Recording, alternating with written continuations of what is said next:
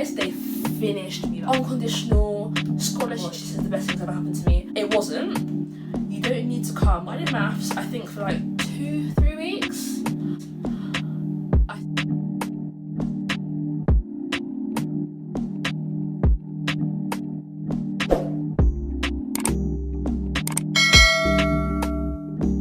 Hi guys, and welcome back to my channel. Hope everyone's staying safe in this lockdown period, because I know everything's a bit crazy right now. I know so many of you are enjoying the other videos about uni and commenting so much stuff, so I'm so grateful that I'm helping you guys out. So many of you guys have been messaging me, and this is one thing that you asked me about a lot. I thought I'd just explain it for you step by step, my application process. So whether you're in your GCSEs thinking about what you're picking for A-levels to go to uni, or you're about to go to uni, or anyone really, this could help you. So make sure to like, comment, subscribe, please subscribe, and share to anyone who you think this could help. I'm gonna get straight into it.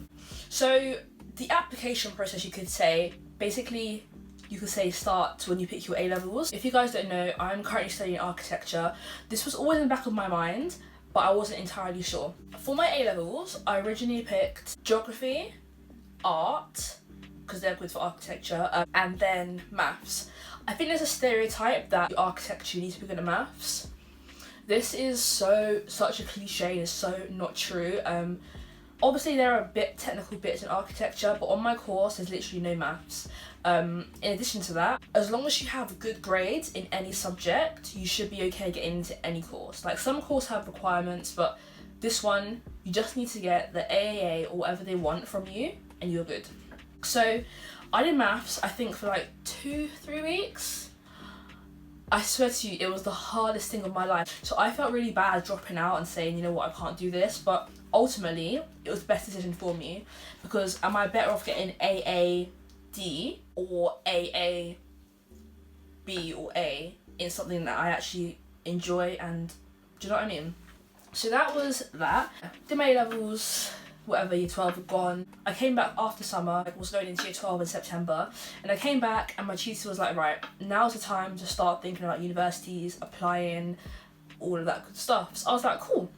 So everyone was talking about, oh, I want to go here, I went here and here. I was like, what do you guys mean? They were like, oh yeah, we attended some open days, there, blah blah. And I was like, what open days? Nobody told me that you had to go to open days. It sounds like you should know this, but so yeah, I didn't go to any open days, so I kind of had to go off of my own knowledge, watch videos like this, the website, and just different things like that to try and get a feeling of where I wanted to go. Architecture, I still kind of wanted to do it, but I wasn't really too sure.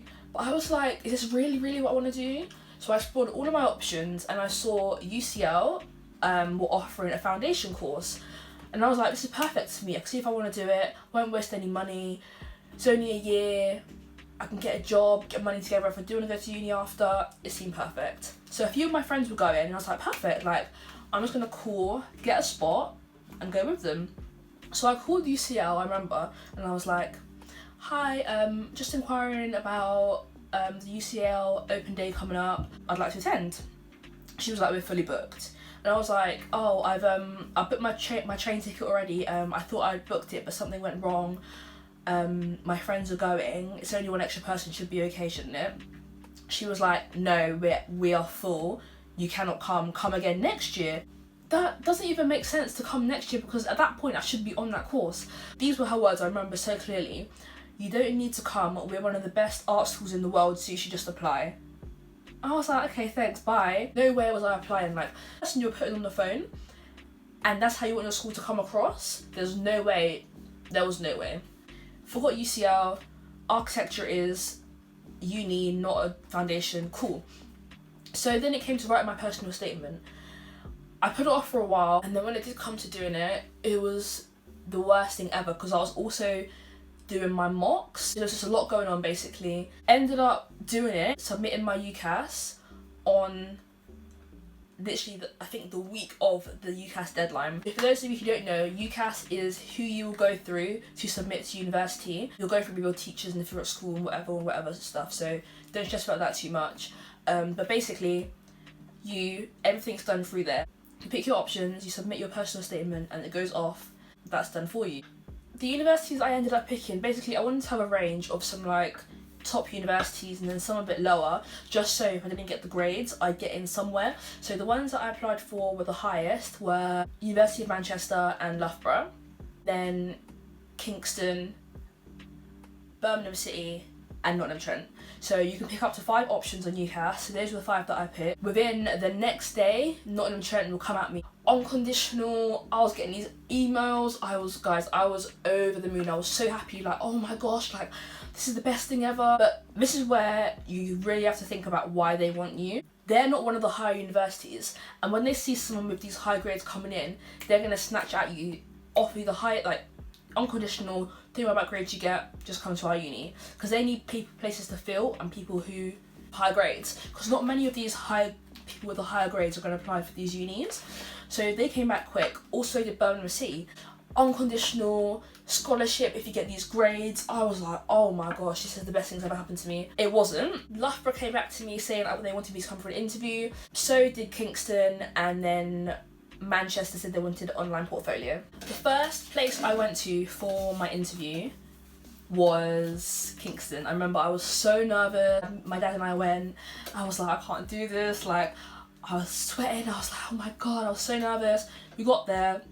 My first impression was a bit like, because it was literally like we drove through some terraced houses and then the university was at the end of the road. It just didn't seem very uni-like, and one thing that I knew I wanted was to go to a uni where it was like a big uni buzz, like lots of students, and that just wasn't what I was seeing.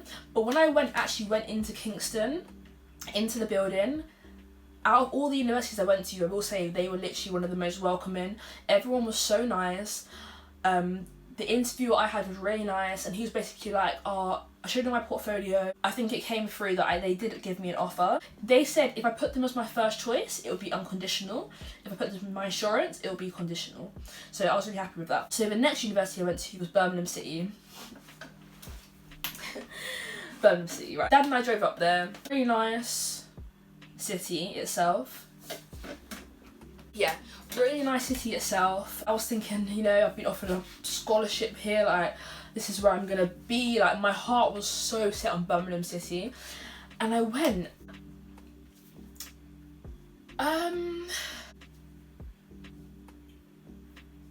Went in and had like a little chat, and she was basically saying how on this course we're only in for 2 days a week.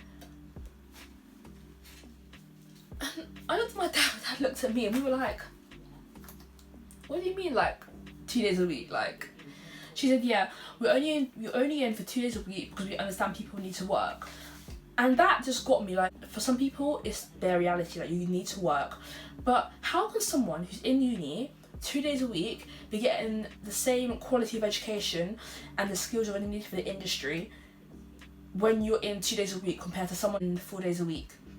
It just doesn't make sense. Obviously it's probably a lot of individual learning and stuff, but guys, it just wasn't it. When you go to university, you can definitely sense like the ones that are up there and the ones that are a bit low.